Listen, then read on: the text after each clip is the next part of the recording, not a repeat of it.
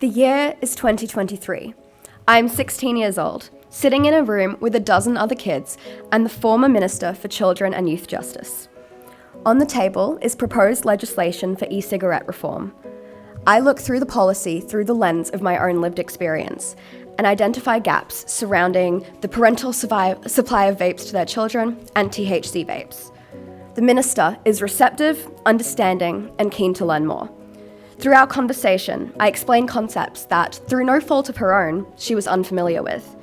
Young people are the experts of our own lived experience, and this should be heard at the policy level.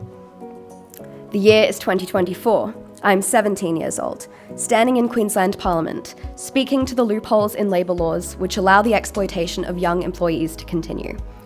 In my former workplace, I identified the antiquated enterprise agreement, which resulted in myself and my colleagues receiving less than the rate guaranteed by the relevant award. I brought this to my employer and started receiving less shifts as a result. But my argument was irrefutable, and shortly after that company reformed its pay structure in accordance with my recommendations. I repeat, young people are the experts of our own lived experience, and this should be heard at the policy level. We have now moved through the first quarter of 2025, and already this year I have consulted on policy projects at international, federal and state levels, in the non-profit sphere and in the academic world. It has been 5 years since I escaped international sexual exploitation, and I am now able to continue improving child protection policy for future generations. The collective voice of young survivors is finally being heard, and we are making tangible progress towards safer legislation, safer organisations, and safer sex education.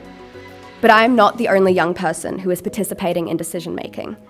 Queensland policymakers, meet the humble Youth Advisory Council. Youth advisory councils have become increasingly popular in recent years. From corporate Australia to the non-profit sector, young people are finally being consulted on policies that directly impact them.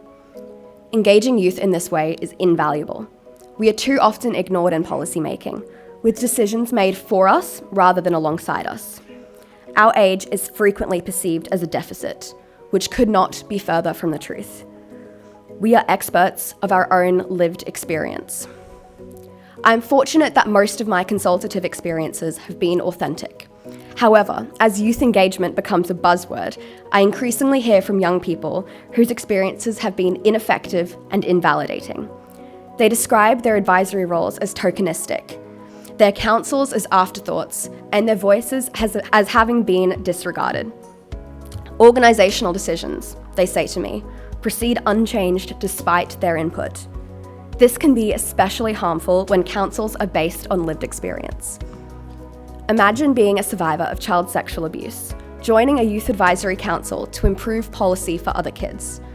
If your story is ignored, the feelings of powerlessness resurface. You are used to adults disregarding you in vulnerable moments, even when they claim to be listening.